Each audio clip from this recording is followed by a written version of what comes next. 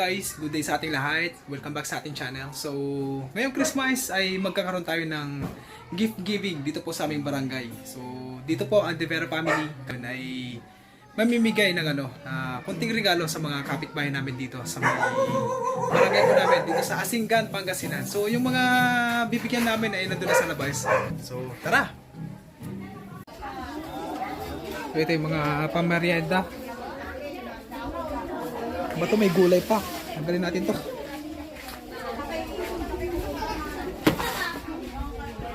So, yung pamimigay natin nandito. Yan o, nakabalot na. Ready for distribution. Pero mangyayari kasi magkakaroon pa tayo ng Christmas message through Lini Di Guzman. Kung ano ang ibig sabihin talaga ng Christmas. Siyempre, mas maganda maintindihan nila talaga kung anong ibig sabihin ng Christmas. O, di ba? Mabalik na mga tayo ngayon. Tatala na panunot. Ano din si Christmas? Ano ang diwa ng Christmas para sa inyo? Nakasagot ka po ah. Di maka... Okay. Ba't pinili si Christmas? Wala maling sagot. Awan timali ka sa gusto. Yun yung pangalakan dito. Ayun. Siya pa eh. Gaya, pagmamahalang mahalang. At baka na dyan si January 16. Okay. Ano siya?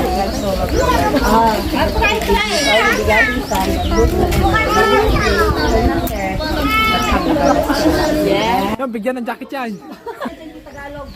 Sapagkat gayon na lamang ang pag-ibig ng Diyos sa kinibutan, kaya binigay niya ang kanyang kaisa-isang anak. Sino po yun? Ang ating Panginoong Hesus, upang ang sino mang sumampalataya sa Kanya ay hindi mapahamak kundi magkaroon ng buhay na walang hanggan. So di ba nga nang sumagot ng kay Terry na ang Christmas po ay ang kapanganakan ng ating Panginoong Hesus. Dahil po sa pagmamahal ng ating Diyos, kaya niya ibinigay ang kanyang anak, ang ating Panginoong Hesus, upang ang sino mang sumampalataya ay hindi mapahamak. Pagkaroon tayo ng tamang relasyon kinabuhi. So pinakamahalagang regalo na matatanggap natin ngayong Pasko ay papasukin natin si Jesus sa ating puso. Panginoong Jesus, salamat sa iyong wagas na pag-ibig. Ako po'y nagpapakumbaba sa iyo kung harapan. Inaamin ko po na ako'y makasalanan. Patawarin niyo po ako. Sa aking nagawang kasalanan. Buksan ko ang aking puso. Pumasok ka, Panginoong Jesus. Sa aking buhay. At tinatanggap kita bilang Diyos, Panginoon, at sarili ka kapagligtas ng aking buhay. Ikaw na ang maghari at manguna sa ating buhay. Ako in Jesus' name, Amen. Gamit na nakikita sa kusina. 1, 2, 3, go!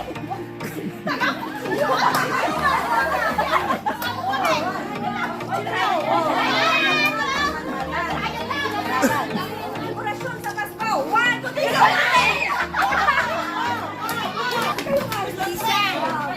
1-0. Hindi na, pwedit ka. Okay. 1-0. School supplies. 1, 2, 3, go!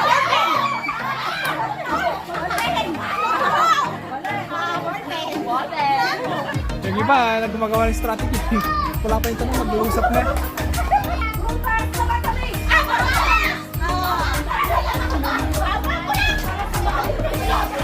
Kawandan. Okay, panalo yung sa may gitna.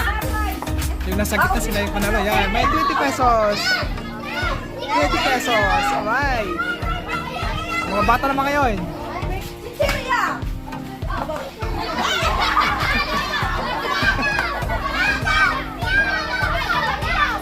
Prutas.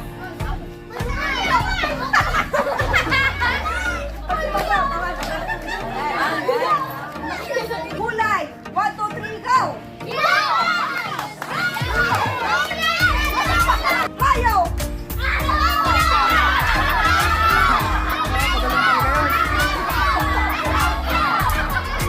Oh, next batch.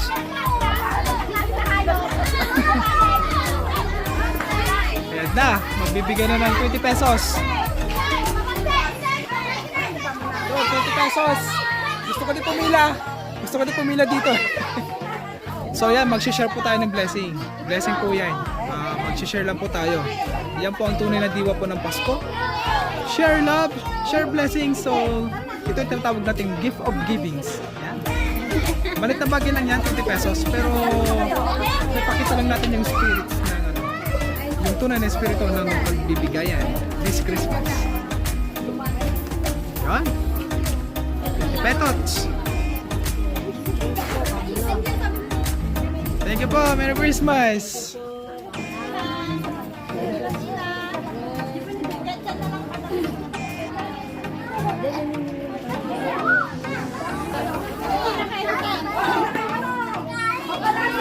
Yun, 20 pesos.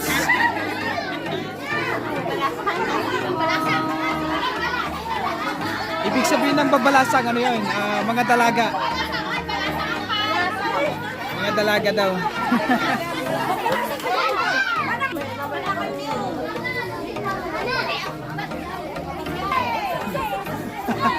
Tuwa yung mga bata eh.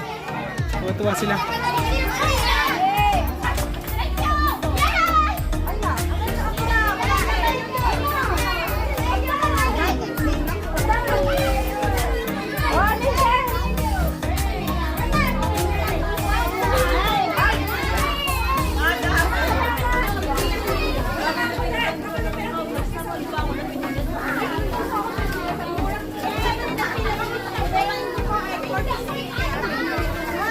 Ayan, may groceries pa.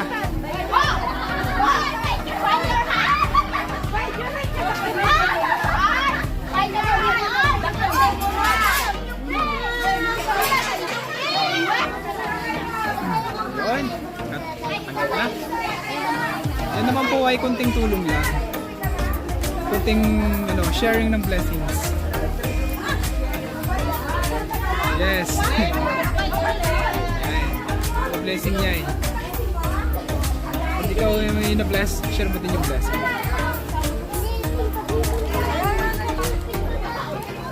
Nagkultunan tayo. Parjay. Kultunan eh. Oo. Ay, kung abang pa, napansiban nila ako. Ano pa dyan Manila? Nakita din naman. Biglan nga siya pa yan. Iba pa naman, hindi naman nagsabi.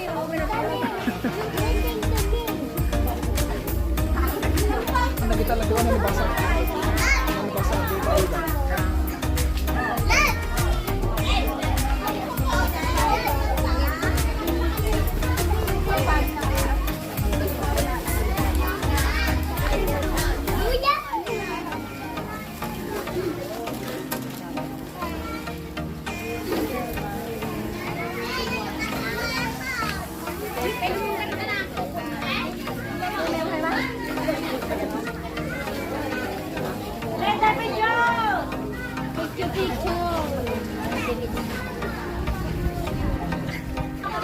Ayan.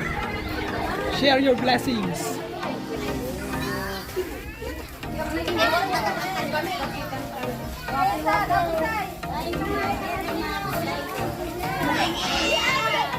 Ito sila guys.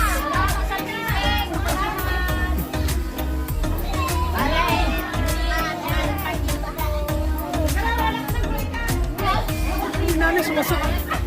So ayan guys, nakapag-share po tayo ng konting blessings. Ginamit po ang Divera Family para makapag-share po tayo ng blessings at mas madama po nila yung tunay na diwa na kapasko. Ayan.